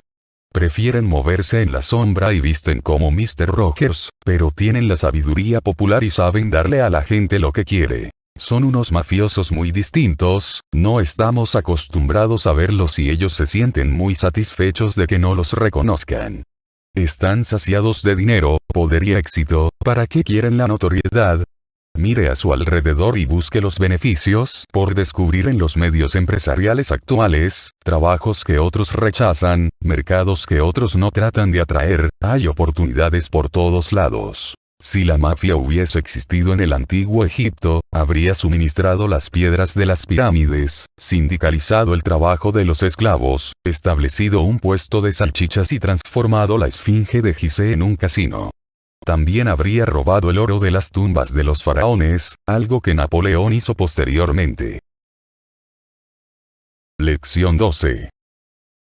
Remánguese la camisa pero conserve los pantalones puestos. Julio César supervisaba la construcción de puentes y murallas que impedían el asedio, marchaba a la cabeza del ejército y cuando llegaba el momento de combatir se remangaba las manos y se enfrascaba en la lucha. Sin embargo, fuera del campo de batalla, no sabía conservar la toga puesta. Puede que haya sido el primer playboy italiano, ya que fornicaba con las esposas, madres y hermanas de todo el mundo. En cierta ocasión, mientras estaba en el Senado, leyó en voz alta una carta de amor que le había enviado la hermanastra de Catón el joven, que también era la madre de Bruto. Cuando Bruto y sus conspiradores asesinaron a César, Bruto hundió su daga en la ingle de César diciendo: «Toma, cerdo cabrón». 12 siglos después de la muerte de César, el ejército francés ocupó la isla de Sicilia. Durante la ocupación, los soldados franceses abusaron de las mujeres sicilianas. Los sicilianos esperaron el momento oportuno para vengarse. Cuando por fin atacaron, los sicilianos les cortaron los huevos a los soldados franceses y se los metieron en la boca, el último bocado antes de morir. Algunas cosas jamás cambian para los italianos. Su amor por el arte, la arquitectura, la ópera, la pasta o cortarle las pelotas a alguien cuando no se comporta como es debido. 7 siglos después de que los sicilianos les sirvieran la última comida a los franceses, un hombre llamado Michael Devine tuvo un lío con la mujer de un don. Poco después lo encontraron muerto, con los genitales cortados, al igual que César. Gaspipe, subjefe de los Lucchese, admitió haber matado a Antoni Fava, el arquitecto que había contratado para rediseñar su casa. Caso afirmó que Fava, al haber cobrado en efectivo, podría informar a la policía, pero negó los comentarios de que Fava le había tirado los tejos a su esposa. Curiosamente, cuando se encontró el cuerpo de Fava, le habían quemado los genitales con una antorcha. Usted mismo La mafia perdona que te hayas acostado con la esposa o la hermana de otro hombre, aunque, si te cogen, puede que te dejen la salchicha, pero los huevos seguro que te los arrancan. Manténgase alejado de las pertenencias del jefe o de cualquier compañero de trabajo. Es la forma más segura de buscarse enemigos y de arruinar su carrera antes de que empiece. Hay muchos peces en el mar. Busque el suyo. Lección 13. Las paredes oyen. Nunca hable mal del jefe. Cícero, en Illinois, recibió ese nombre por el abogado y hombre de Estado romano Marco Tulio Cicerón. Durante décadas, la ciudad fue la sede de la organización del Sindicato Criminal de Chicago. Cicerón es considerado uno de los grandes oradores romanos y, al igual que cualquiera al que le gusta escuchar el sonido de su propia voz, a menudo hablaba demasiado. Tras el asesinato de Julio César, Marco Antonio, un cónsul romano, sacó provecho de la muerte de César y se hizo con el poder. Cicerón habló en contra de Antonio y, como respuesta, este le asesinó, ordenó que le cortasen la cabeza y la colgó para que todo el mundo la viese. Con ese gesto, Antonio envió un mensaje claro a todo aquel que pensase hablar mal del jefe. Casi 2000 años después, Al Capone controló Cícero, Illinois. Cuando Capone murió, el sucesor que dirigía su organización era un mafioso astuto llamado Antonio Accardo. Al contrario que Capone, al que le gustaba mucho la publicidad, Accardo la evitaba y nombraba jefes representantes mientras él controlaba todo entre bastidores. Uno de sus testaferros era Sam Giancana. Cuando Giancana fue nombrado jefe interino, se convirtió en una atracción para los medios. Para consternación de Accardo, Giancana se empezó a convertir en el centro de atención. Mientras ocupaba ese puesto, se negó a responder a una citación del jurado, por lo que fue condenado por desacato al tribunal y enviado a prisión durante un año. Eso le dio a Accardo la oportunidad de corregir su error y cambiar a Giancana por otro testaferro. Cuando Giancana salió de la trena, empezó a hablar mal de Accardo, dejando claro a los miembros de la organización que no estaba dispuesto a renunciar al puesto. Accardo, un hombre paciente, sí dio cuenta de que tenía que librarse de Giancana, pero ¿cómo y cuándo? Poco después, Giancana estaba preparándose la comida en su casa cuando un asesino entró por detrás y le disparó varias veces. Accardo había ordenado que le pegasen 5 tiros alrededor de la boca. Con ese gesto, Accardo envió un claro mensaje a todo aquel que hablase mal del jefe. La historia se repite. En la ciudad de Cícero, en Illinois, San Giancana cometió el mismo error que Marco Tulio Cicerón y murió de forma muy parecida. Durante la misma época que Giancana fue asesinado, el jefe Angelo Bruno estaba a cargo de Filadelfia, donde el mafioso Nicodemo Scarfo, el pequeño Nicky, empezaba a ascender de rango. Cuando era un joven mafioso, Scarfo fue compañero de prisión de Don Bruno. En prisión hay un código de conducta. Ciertas cosas, como un libro de preceptos, un chándal o unas playeras se consideran objetos de valor para un compañero, aunque sean fáciles de obtener fuera de la cárcel. Por ese motivo, cuando un convicto sale de prisión, le da sus pertenencias a otro compañero, normalmente a alguien con el que se sentía unido o a un compañero que pertenezca a la misma familia del crimen organizado. Cuando Bruno salió en libertad, le dejó a Scarfo un puñado de sujetapapeles, algo que, como puedes imaginar, hasta en prisión carece de valor alguno. Aunque Scarfo sabía que era un gesto deplorable para un don, aceptó el regalo y jamás habló de ello con nadie. Años después, cuando Bruno murió y Scarfo se convirtió en el don de la familia, le contó la historia a todo el mundo y llamó a Bruno cabrón de mierda. Scarfo no fue ni mucho menos el mejor don del mundo, pero se guardó el insulto porque sabía que muchos mafiosos habían hablado mal de sus jefes y habían terminado muertos. En el mundo empresarial, lo que está en juego es su supervivencia corporativa. Téngalo presente. Las paredes oyen. Lección 14. ¿Pulió usted su coche o se lo ha follado por el tubo de escape? Destrezas verbales. En cierta ocasión un mafioso me dijo: he sodomizado mi coche esta tarde. Estaba seguro de que no le había dado cachetes en el culo a su coche, que lo que quería decir es que lo había simonizado. La mayoría de los mafiosos carecen de destrezas verbales. Su vocabulario es muy limitado y cuando intentan utilizar palabras poco conocidas suelen provocar risa. Sin embargo, en el mundo profesional, un uso inadecuado de la lengua puede terminar en tragedia cuando no consigues el ascenso o te cambian a un puesto donde no se requiere dicha habilidad. Pensamos en palabras, por eso, cuanto más amplio sea nuestro vocabulario, mayor será nuestra gama de pensamientos. Tener un vocabulario muy pobre no significa ser poco inteligente, pero tener un vocabulario amplio es un indicativo de la educación que se ha recibido, de nuestro origen y del círculo en el que nos movemos. La forma de hablar dice mucho de nosotros y del funcionamiento interno de nuestra mente. Si desea impresionar, desarrolle sus destrezas verbales. Aprender una palabra nueva al día, incluso una a la semana, marcará la diferencia en su forma de hablar y, lo que es más importante, en su capacidad para pensar. Cuando me convertí en un lector empedernido, siempre tuve a mano un diccionario y buscaba cada palabra que desconocía. Escribía las definiciones de las palabras en un papel, reflexionaba sobre ellas y las utilizaba en diferentes frases. Si conversaba con alguien y pronunciaba alguna palabra que no comprendía, sin ninguna vergüenza preguntaba por su significado al instante o la miraba en el diccionario en cuanto podía. Ese ejercicio contribuyó a que ampliase mi vocabulario y, por tanto, a mi capacidad para pensar y expresarme. Aunque la escasez de vocabulario se acepta en la mafia y suele ser la norma, un mafioso que hable con propiedad suele destacar. Don Joe Bonanno dijo en cierta ocasión: lo que más lamento en la vida es no haberme esforzado por dominar la lengua inglesa.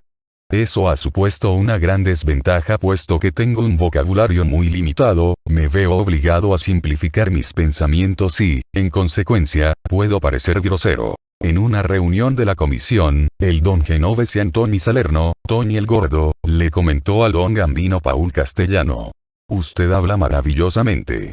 Ojalá yo hablase así. Hasta el grosero y masticador de puros Salerno admiraba la belleza de las palabras. Lección 15. Cuente consigo mismo y jamás será descartado. He conocido hombres mayores que han llevado una vida tranquila y pueden presumir de tener 5 o 6 amigos que han conservado desde la niñez. Eso es importante para ellos, pero en la mafia la amistad hay que demostrarla diariamente y muchos no sobreviven. Cuando se vive en la calle, nadie puede predecir lo que otro hombre hará cuando se encuentre entre la espada y la pared, pero lo más probable es que te traicione.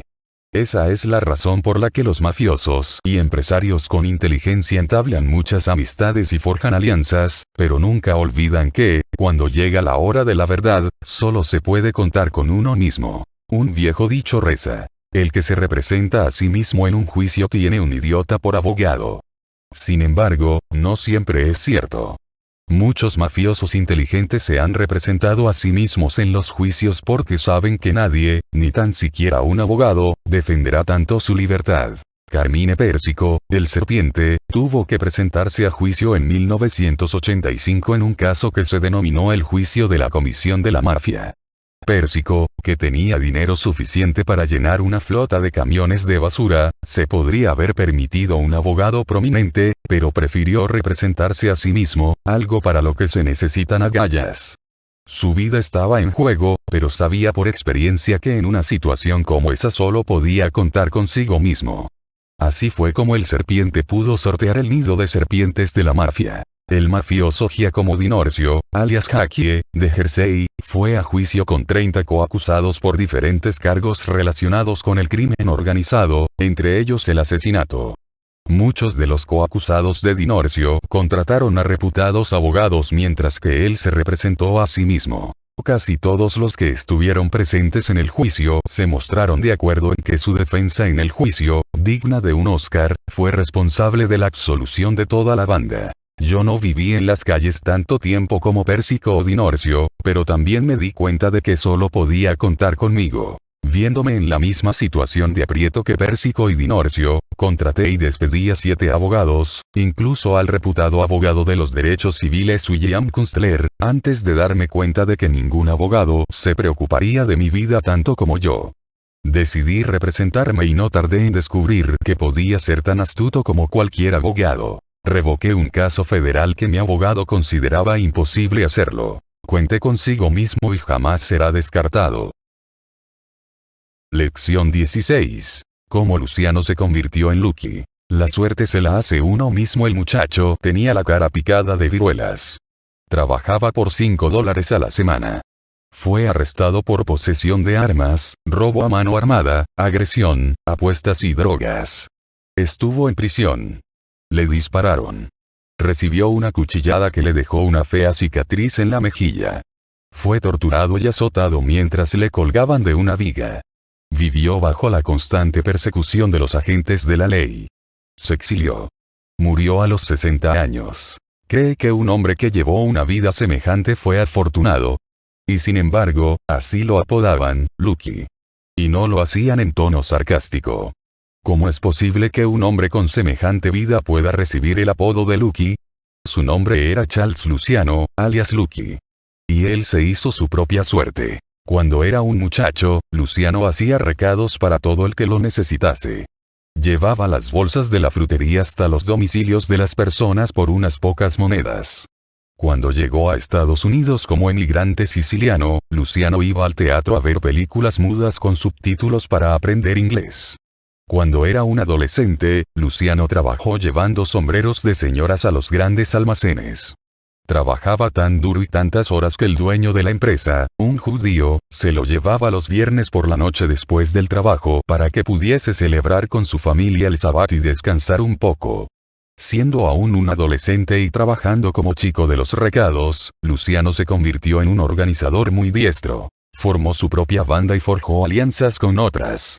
Posteriormente, utilizó esas destrezas para trabajar durante muchas horas, organizando los sindicatos y formando la familia mafiosa más poderosa del mundo. Gracias al trabajo duro, Luciano se ha ganado el título de padre fundador de la mafia americana. Comparemos los logros de Luciano con uno de los padres fundadores de América, George Washington. Washington consiguió liberar Estados Unidos del control británico. Luciano consiguió liberar la mafia americana del control siciliano. Después de la guerra civil, Washington insistió en que Estados Unidos permaneciese unido, con el fin de que no se convirtiese en otra Europa problemática. Después de la guerra civil emprendida por Luciano, insistió en que la mafia permaneciese unida y crease una comisión para solucionar las disputas y mantener a todas las familias unidas en armonía. A Washington le ofrecieron una corona, pero la rechazó sabiendo que tal cosa causaría problemas. A Luciano le ofrecieron el título de capo di tutti capi, jefe de jefes, pero también lo rechazó porque sabía que eso traería problemas. Los logros conseguidos por Washington inspiraron las ideas revolucionarias de los franceses. Los logros de Luciano inspiraron la idea de una comisión dentro de la mafia siciliana, a la que denominaron Cupola. Todo eso me hace preguntarme si Luciano no estudió la vida de Washington y trató de emularla. George Washington fue tan pobre como Luciano. Cuando tenía 11 años, su padre falleció y él se convirtió en el hombre de la casa. A la edad de 17, empezó a trabajar de topógrafo, adentrándose valientemente en el territorio salvaje para dibujar extensiones de tierra sin habitar. Aprendió a defenderse y buscarse la vida en aquella tierra, a cruzar caballos por los ríos nevados, a forjar alianzas con las tribus indias. A los 22, Washington dirigió un grupo muy variopinto de soldados y tuvo que enfrentarse al ejército francés por las reivindicaciones de las tierras. Al igual que Luciano, Washington utilizó posteriormente sus destrezas organizativas y su amor por el trabajo para formar un ejército que derrotó a la mayor potencia militar del mundo. Puesto que ocupó el cargo de presidente de una nueva nación y fue considerado el mayor héroe de su tiempo, se le puede denominar un hombre afortunado. Veamos por qué fue así. Se abrió camino por el helado río de Delaware, se congeló el culo cruzando el valle Forge, fue pisoteado por algunos caballos que murieron y cayeron encima de él, la pelliza la tenía agujereada de balas, sobrevivió a un intento de asesinato, padeció enfermedades, fatiga, depresión, ansiedad, aplastó una revuelta organizada por sus propios hombres, murió sin hijos y llevaba dentadura postiza. ¿Le parece que tuvo suerte? El padre fundador de Estados Unidos y el padre fundador de la mafia americana le dirían que la suerte se la hace uno mismo. Si estudia sus vidas, se dará cuenta de que la suerte fue producto del trabajo duro. Trabaje duro, piense a lo grande y nunca pierda de vista sus metas. Lección 17. El Banco de los Favores cobra los mayores intereses durante la Segunda Guerra Mundial. El editor de un periódico italiano, Carlo Tresca, escribió contra el fascismo y Benito Mussolini. Tresca vivía en ese momento en Estados Unidos, donde, como favor personal a Mussolini, don Vito Genovese ordenó que matasen a Tresca. El editor fue acribillado en una calle de Manhattan, lo cual agradó a Luce y le hizo estar en deuda con Genovese. Eso fue un gran favor para una persona importante. Genovese, sin embargo, también hacía favores a las personas normales. Yolanda y Sal eran como cualquier pareja de inmigrantes recién casados que habían llegado a Estados Unidos. Luchaban para salir adelante y estaban satisfechos de poder vivir en un vecindario de Lower East Side, donde compartían el cuarto de baño con la mitad de los vecinos. Cuando Yolanda necesitó ser operada pero no podía permitírselo, Vito Genovese, el don de su vecindario, se ocupó de pagar las facturas médicas. Al igual que muchos inmigrantes de aquella época, Yolanda y Sal tuvieron muchos hijos. Uno de ellos en particular le devolvió el favor a Genovese. El niño se apodaba Cinzano. Cuando era un muchacho, se convirtió en guardaespaldas y leal soldado de Genovese. Posteriormente, fue conocido como el Mentón o Vincent Gigante, el Mentón. Cuando Genovese quiso eliminar a su rival Frank Costello, se lo ordenó a Gigante. Aunque Gigante le pegó un tiro a Costello en la cabeza, la herida no fue mortal. Gigante fue arrestado, mantuvo la boca cerrada y ganó el caso. Continuó haciéndole favores a Genovese y, años después, tras la muerte de Genovese, asumió el control de la familia. El favor que Genovese les hizo a los dos inmigrantes italianos lo cobró con creces. Gracias al eficiente liderazgo de Gigante, el clan Genovese funcionó como una empresa Fortune 500. En el mundo legal, los favores no se pagan matando a editores de periódicos ni a rivales mafiosos. Cuando salí de prisión y regresé a casa, me prohibieron legalmente que me relacionara con ningún miembro de la familia Gambino, los cuales formaban mi antigua red de trabajo. En efecto, yo había establecido un gran banco de favores, pero me negaban el acceso a mi cuenta. Afortunadamente, entablé amistad con un empresario legítimo en Long Island que había creado una red masiva de favores de la cual él es el centro. Al igual que un telefonista, John Brunetti, alias Johnny Parkway, te conecta con cualquiera que pueda prestarte su ayuda. Una vez que Johnny te ha hecho un favor, te verás obligado a devolvérselo si él te lo pide para otra persona, con lo cual el círculo crece. Johnny Parkway me hizo un préstamo de su banco de favores y me puso en contacto con alguien que creía podía ayudarme a iniciarme en mi carrera como escritor. Johnny Parkway ayuda a muchas personas y, por eso, se ha convertido en una persona exitosa.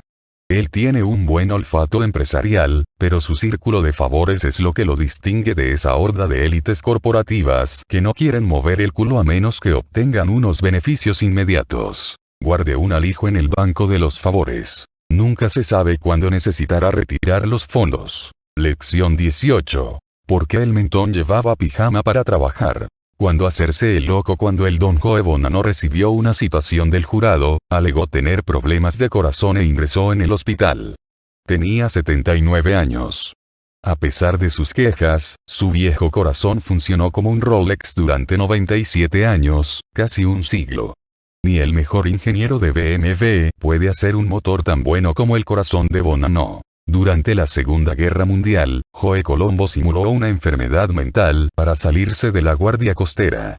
Posteriormente se convirtió en el don de la familia que lleva su nombre. Antonio Xeturo, alias Tumac, alegó amnesia cuando fue acusado. Después de ganar el caso, dijo que se había dado un golpe en la cabeza mientras se duchaba y milagrosamente había recuperado la memoria. La mafia tiene más artistas que Florencia durante el Renacimiento. Artistas de pacotilla. Dicho esto, el Miguel Ángel de la mafia fue Vincent Gigante el Mentón, el jefe que simuló estar loco durante 30 años para evitar ir a prisión. Consciente de que lo vigilaban constantemente, Gigante se paseaba por Manhattan vestido con un pijama de rayas y una bata, y hablaba con los parquímetros. Gigante incluso obligaba a algunos de sus mafiosos a que le siguieran la corriente en su farsa. Cuando Gigante aún seguía siendo un capo, un amigo mío tuvo una reunión con él. Gigante guardó silencio, pues había nombrado a otro de sus hombres como portavoz. Mientras tuvo lugar la conversación, Gigante puso un pie en la mesa y empezó a cortarse las uñas. Como si eso no fuese bastante, se las cortó tanto que los dedos empezaron a sangrarle. Cuando terminó la reunión, mi amigo dijo: sé que está simulando, pero ese tío está loco de remate. La conducta de Gigante era de lo más extrema, como las consecuencias que trataba de evitar, ya que estaba condenado a cadena perpetua. Sin embargo, su ejemplo nos ilustra cómo a veces es conveniente ocultar nuestra inteligencia. Tanto si quieres ascender en la mafia como en la escala corporativa, hay muchas personas celosas que están por encima de ti. Si usted se convierte en una amenaza en su radar, puede estar seguro de que apuntarán los misiles en su dirección. El mafioso Salvatore Testa, Figi, era un tío joven e inteligente. Cuando un artículo del Wall Street Journal describió a Figi como una promesa dentro de la mafia, su jefe, el pequeño Nicky Scarfo, se sintió amenazado y ordenó que lo eliminasen. Cuando se trabaja para alguien con la misma actitud que Scarfo, muy común también en el mundo legal, merece la pena ocultar nuestro grado de inteligencia y nuestras ambiciones, ya que a veces es la única forma de sobrevivir. Lección 19. Aprender a base de golpes. Experiencia: cuando salí de prisión, si usted hubiese sido un empleador potencial que hubiese visto mi currículum, se habría dado cuenta de que algunos hechos resaltaban notablemente. 3 crímenes violentos. No ha trabajado honestamente ni un solo día, nunca ha pagado impuestos. Jamás ha tenido una tarjeta de crédito, carece de educación superior. No comercia. Carece de honestidad. No tiene permiso de conducir. ¿Debo continuar? Para decir la verdad, habría desconfiado de cualquiera que me ofreciese un trabajo basándose en mi currículum. Sin embargo, hay algunas credenciales que no aparecen en él. Honorable. Ambicioso. Con recursos. Su palabra es ley. Sus amigos confían en él plenamente y ha demostrado ser digno de esa confianza. Nunca se da por vencido, no comete el mismo error 2 veces. El último punto es clave porque, cuando se aprende a base de golpes, se cometen muchos errores, y se aprende de ellos. Durante décadas, Joseph Stalin controló Rusia con puño de hierro. En el libro Llamadme Stalin, Simón Sebag Montefiore menciona que el estilo de liderazgo de Stalin era muy similar al de un jefe de la mafia. Stalin se convirtió en el padrino efectivo de una pequeña pero útil operación de recaudación de fondos que se parece a una familia moderadamente exitosa de la mafia, organizando estafas, falsificando dinero, extorsionando y planeando atracos a bancos, piratería y chantajes. Nikita Khrushchev, sucesor de Stalin, lo recuerda así en su biografía: vi cómo cometía error tras error, pero jamás lo vi cometer el mismo error 2 veces. Stalin, que se graduó a base de golpes, sabía que los errores forman parte de la vida, pero que ésta es demasiado corta e intolerante para permitirnos el lujo de cometer el mismo error 2 veces. De camino a casa, miré alrededor y me di cuenta de que muchas cosas habían cambiado. Los familiares y amigos que iban en el coche conmigo me decían: esto ha cambiado, eso también. ¿Reconoces eso? ¿Reconoces aquello? ¿Sabrás adaptarte? ¿Ha cambiado la gente? Pregunté. No. Entonces todo irá bien. La naturaleza humana es constante. Cuando se estudia en la escuela a base de golpes, se aprende de la experiencia, la cual te enseña millones de lecciones que no se aprenden en un aula. En la actualidad, me siento seguro cuando me promociono a mí mismo durante una entrevista en la radio o la televisión, o cuando negocio un trato o presento una idea. Jamás he estado en la universidad, pero tengo un doctorado en la escuela a base de golpes. Veamos cómo he aprendido. Empecé mi vida sin un penique en los bolsillos. Mi joven madre se fue marchitando y murió en mis brazos cuando yo solo tenía 20 años. Sobreviví durante años en una prisión infestada de ratas donde proliferaban las drogas, la violencia y los abusos sexuales. Me eduqué a mí mismo en una húmeda y oscura celda y me reinserté en la sociedad sin un centavo en el bolsillo. Después de eso, ¿qué podía hacer? Tambalearme. A continuación, un pequeño ejercicio para usted. Es posible que se sienta un poco deprimido durante un rato, pero después se sentirá invencible. Piense en todas las cosas que ha experimentado en la vida. Su madre o su padre fallecieron, enfermedades infantiles, amores rotos, divorcios complicados, sobrevivió a un accidente de tráfico, piense en todo lo que se le ocurra, sea grande o pequeño. Cuando termine, observe que ha superado todos y cada uno de esos acontecimientos, y aún continúa luchando con coraje. La prueba de ello es que está leyendo este libro. Usted no es un perdedor. De hecho, responde a la campana, como dijo Bobby Gaberti, como hizo Ojos Azules. Ahora dígame una cosa, con todo lo que ha experimentado en la vida, ¿qué es una entrevista de trabajo? ¿O pedirle un aumento al jefe? ¿U ofrecerle un producto nuevo a Walmart? Menudencias. Usted probablemente se haya graduado en la escuela a base de golpes y no lo sabía. No hay diploma, ni ceremonia, pero los agujeros los lleva en el cinturón. Dicho sea de paso, en nuestra escuela no hay reuniones de exalumnos. Somos demasiado duros para semejante estupidez.